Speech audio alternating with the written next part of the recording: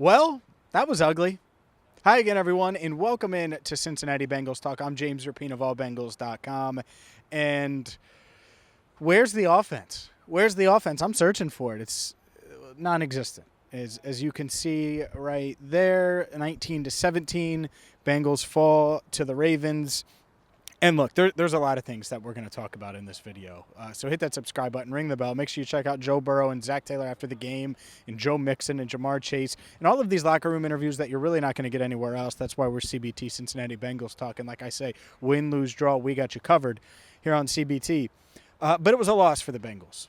There was no draw, and the whole game felt like a loss even when they were winning in the fourth quarter very, very briefly, and they held the lead for exactly 1 minute and 55 seconds from the 1:58 mark to the 3-second mark in regulation, and Justin Tucker did what Justin Tucker does. And that's the thing here is, to me, and I said it going in, this offense has to get going if they're going to come into this stadium against that team, against that quarterback and Lamar Jackson, and win.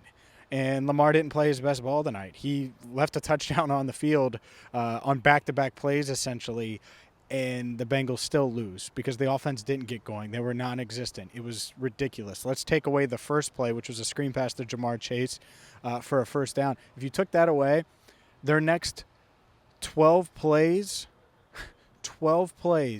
went for a total of 12 yards. It was ridiculous. They had 22 yards. It was either 22 or 24 yards on their first 13 plays.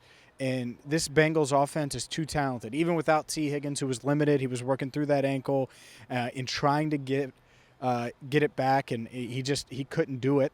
There's an ankle sprain that he suffered in week 4. Was a limited participant in practice all week, and I think he got out there and really tried to go, and he couldn't go. And so that's why you didn't see much of him tonight.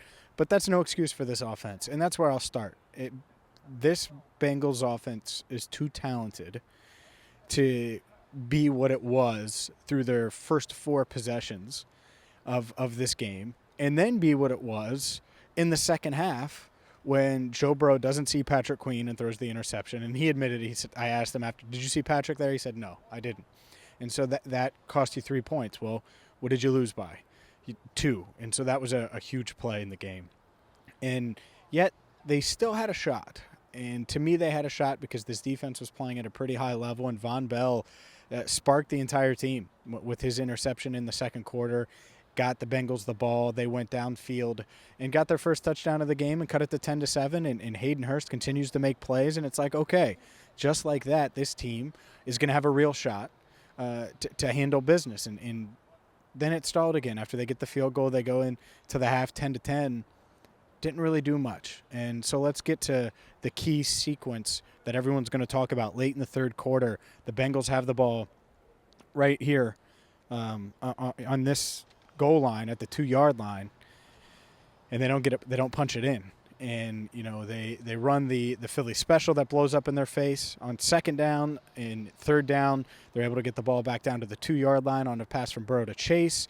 And then the fourth down call was a shovel pass. And look, I get it. Anytime you go with calls like that and they don't work, you're going to get criticized. And this coaching staff, the play calling, should be criticized after tonight. There's no denying that. To me, there's a lot of options and a lot of different ways you can do things. And they got so cute around the goal line, and it cost them. And could it work? Yeah. And if it would have worked, would we say? It would be like, oh, heck of a call. It sounds good. At the same time, they were right there. And if they get a touchdown there, they go up 17-13, and it feels much, much different. And instead, the Ravens get a stop. And then they drive down from their own 2-yard line. They drive down and get a field goal and take a 6-point lead. And that was just such a momentum shift in this game. And certainly the one that's going to stand out the most to me, because even when they got the ball back and it was 16-10 in the fourth quarter, I turned to one of my colleagues, Mike Petralia of CLNS Media, and I said, Mike, they're going to lose 19-17 because there was too much time on the clock. You've seen this team. They're resilient enough to go down and drive down and make plays and score, and that's exactly what they did. And it was a big moment. and they score. What happened? Well, Burrow hit Jamar Chase with the back shoulder. They extend on 3rd and 5. They're able to get all the way down there. They run some quarterback sneaks, which it worked well. Shocking. Short yardage quarterback sneak worked well. And, it was like, oh, well, there's a shot, except there's 158 left. And a guy named Lamar Jackson, who, like I said, didn't play his best, but I was pretty confident that he was going to be able to go down the field. And that's exactly what he did. And the Ravens were able to run the clock out, and the Bengals, they're 2-3. And all 3 losses have come on last-second, end-of-game field goals, which is brutal. It's a tough way to lose, and that's why the Bengals right now sitting at 2-3 on the season. There were some positives, especially Joe Mixon. Running for 78 yards tonight. I thought he looked spry. I thought he looked explosive. And that's when the offense started to go a little bit, is when Joe Mixon started to get going. And I think that's huge. Samaje Perine, I thought, played well. So there were positives. But overall, this offense is not even remotely close to where they need to be. And this offense has struggled for the majority of this season. And they just have too much talent to struggle. They do. Even without T.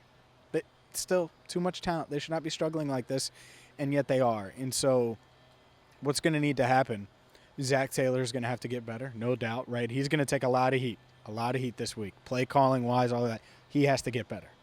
Joe Burrow has to stop not seeing Patrick Queen. He can't throw that ball. That can't happen in a game like this where a turnover potentially costs you the game. And continue with all of those. All these guys have to get better. Jamar Chase has to get better. They have to get better and find ways to get these big plays that they're used to getting, because that's what the Ravens did, is they sat back, and Joe was patient for the most part. And it's one thing to be patient. It's also another for an offense that should generate first downs, can't. And it's weird. Like Tyler Boyd just goes so under the radar right now and just flies under the – and Hayden Hurst is making some plays. Jamar's making plays when he can, but why wasn't Boyd a bigger part of the offense tonight? Why wasn't that – the middle of the field, they're playing that too high look, the 2 safeties trying to take away Jamar Chase. Like, it's weird. And it's one of those things. I mentioned it after the 0-2 start. These are the type of feelings you have during the 06 season when the offense just doesn't seem – right after how fun the 05 season was. And half of you probably don't remember this season, but that's what I think of. It's like, man, why are they underachieving? Why? Something's just not clicking. Well, it needs to click fast. It needs to click fast if they're going to be a playoff team. And, they had a chance to take sole possession of first place in the division tonight, and they didn't. And instead, the Ravens take sole possession of first place. The Bengals to a tie now with the Browns, 2-3 on the year, and the Steelers 1-4. So the Bengals, well, they have New Orleans coming up. It's a big one, and it's they keep putting themselves in these positions, putting themselves in a hole, down 10-0, starting 2-3.